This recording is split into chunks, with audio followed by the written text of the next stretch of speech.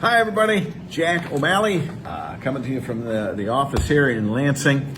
I appreciate you taking time to listen in, find out what's been going on. We are wrapping up today. We are going to be off next week. We've got Memorial Day, and then I'll be in district, and so on and so forth. So next week, an off week in district. Then we'll be back probably through the end of June. If not, maybe the first part of July, after the holiday, depending on the budget talks. When it comes to budget, the school budget, all the budgets, everybody I've talked to in the appropriations part of all of this, everybody is shooting to get this done by July 1st. So that's the goal. Will it happen? I'm not going to tell you it will, but I will tell you that that's what everybody's working towards. And hopefully that'll happen. I think if it doesn't, if we don't get the whole budget done, I think what will happen is the school aid budget will get done, maybe a couple other things, just to kind of keep things flowing because of the different beginnings of years. School year starts July 1, but the state fiscal budget doesn't start till October 1st. So those kinds of things, they'll make sure things are flowing, but the goal is to get that budget done by July 1. A couple of things I want to touch base on from this week. One that I think is real important, there were a package of bills that I was honored to be a part of that moved out of the House. It's on to the Senate now. Hopefully there'll be some discussion and we'll get those moved out. This is the Foster Care and Adoption Task Force. Last year we spent, and into this past winter, we did many a meeting, Zoom meetings and whatnot. Chair Mary Whiteford put it together. It was bipartisan, and it's heartbreaking. Some of the stories when you're talking to the foster care professionals, the families, the kids, how our foster care system needs a lot of work. Now, I will say I've also been in talks with the kinship care folks, and kinship care is a little different. Here's how I would define it. Some might say they're the same thing, but kinship care is where that grandmother, grandfather, that extended family is now taking care of a kid. And foster child is a child who is in foster care, right? It's with someone else. So we had, the task force took a look at all of this, and there's quite a few bills. They do a lot of things, but some of the ones that I think are important: better training for attorneys who work in child welfare. Also allowed foster homes in good standing to have their licenses extended for 3 years as opposed to 2. Just kind of puts continuity in there, makes it better for the kids and the families. Also, my bill, which would give a family credit for adoption, family leave, and it's totally voluntary. And the max time you could get is 12 weeks, 50% of what that salary would be, to a maximum of $4,000. Again, should we be doing it for other parents? That can be debated. I'm not opposed to it, but I just think adoption is such an overlooked and underutilized and under-discussed alternative to a lot of things. We need to do something to make it more attractive, make people go, oh, okay. So that's the hope. So I just know that those bills have moved out. Still some discussion. Are they perfect? Nothing. You never get perfect, right? But I think they're darn good. And so we've got to help the foster care industry. And hopefully my bill helps the adoption crowd too. So we'll go there. All right, this next one, let's see here. Do I want to do it in this order? Yeah, let's do it in this order. The House Elections Committee and House Elections and Ethics Committee pushed out some bills this weekend that came from the Senate. One would require absentee drop boxes to be well lit and recorded all the time. Now, this has become a very controversial issue, and one of the things that that our opponents would argue is that anytime we bring up any type of election integrity issues or security issues, that we're just doing it to stir up the base and et cetera. No. With the advent of no excuse absentee, that has created many more absentee ballots. Not just going to the school gymnasium and voting. Now you have an absentee ballot. How do you do it? What do? Do you mail it in? This, that. The drop boxes would make it more convenient. Now, we've had drop boxes for other things forever. Township clerks, county clerks, you didn't pay bills and things, they have a drop box. So with the last election, there were a lot of willy-nilly drop boxes. This set of bills would say, no, we need to have some rules and regulations and make sure that they're uniform so that we know that they're safe. So that bill, I think, is very important, and it's passed out of committee. I'm sure we'll be voting on it on the House floor in a week or so. So just so you know, that one's going on. This next one I'm throwing in, I try not to bring politics into this. I realize it. Everything in Lansing's got a political bent, but I just thought this was interesting because I try to keep you informed as what's going on in Lansing. There is an EPIC MRA poll, independent poll, wasn't by the Republicans, wasn't by the Democrats, EPIC MRA. They asked 600 voters, likely voters, who would they vote for governor? And our current governor, Gretchen Whitmer, has a very tight margin in the race, but she is underwater. Right now, in this generic poll, Governor Whitmer against a Republican, a nameless Republican. The Republican gets 46% of the vote. The governor gets 45%. Again, but that's within the margin of error, so a very tight number there.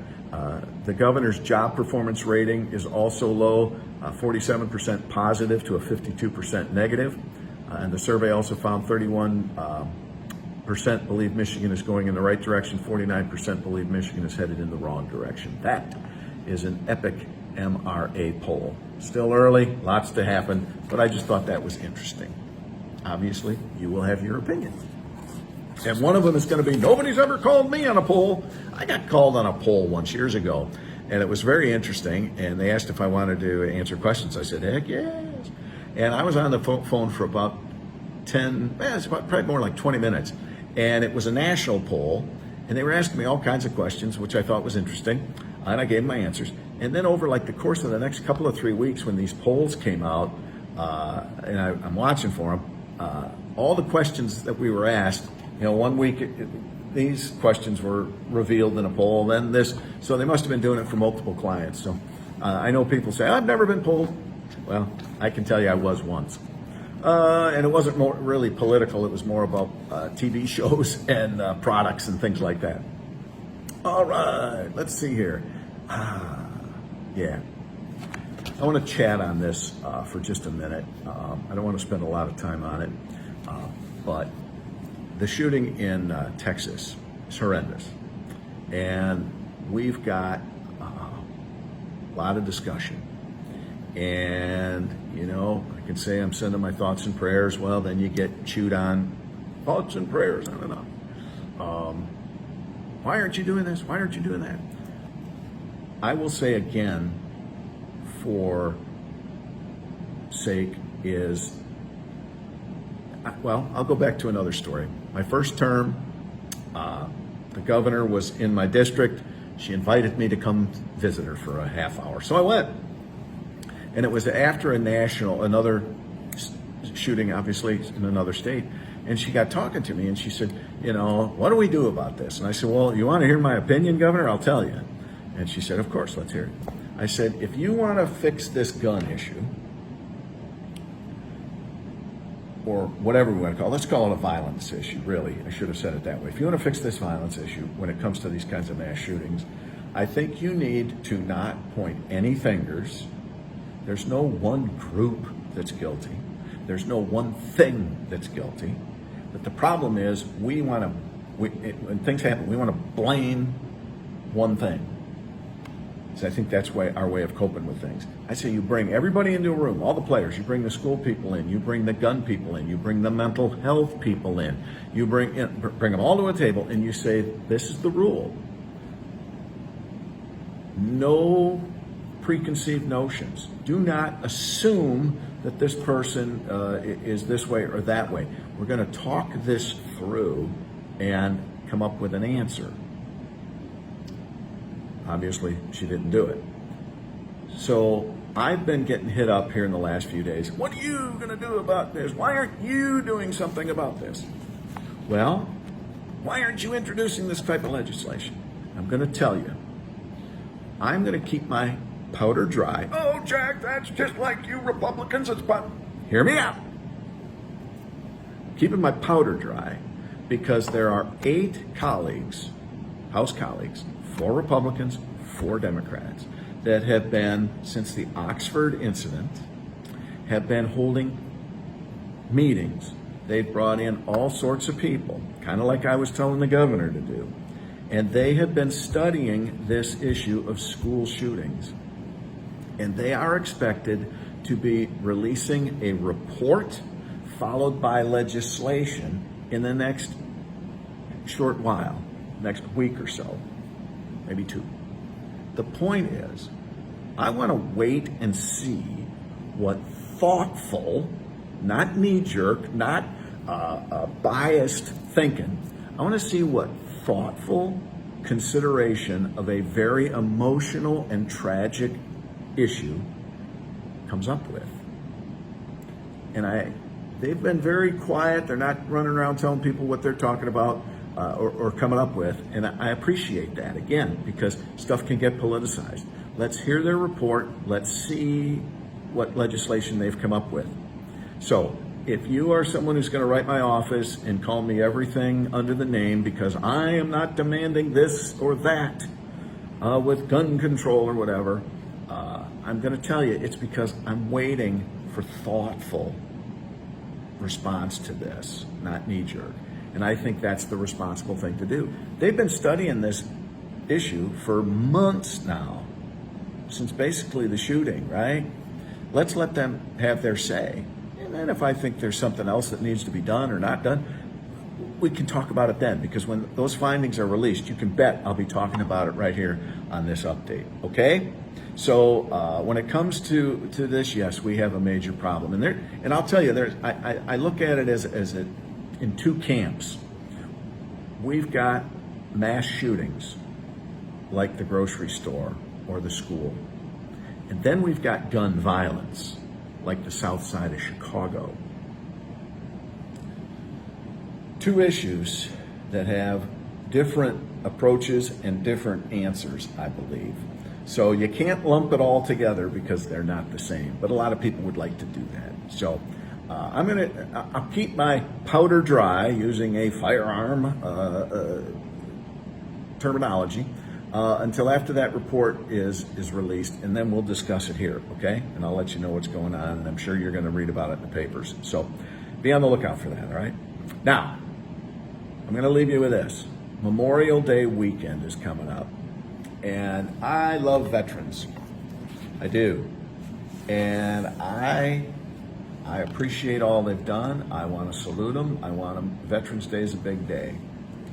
But as a nation, Monday, there's 2 major U.S. holidays, in my opinion.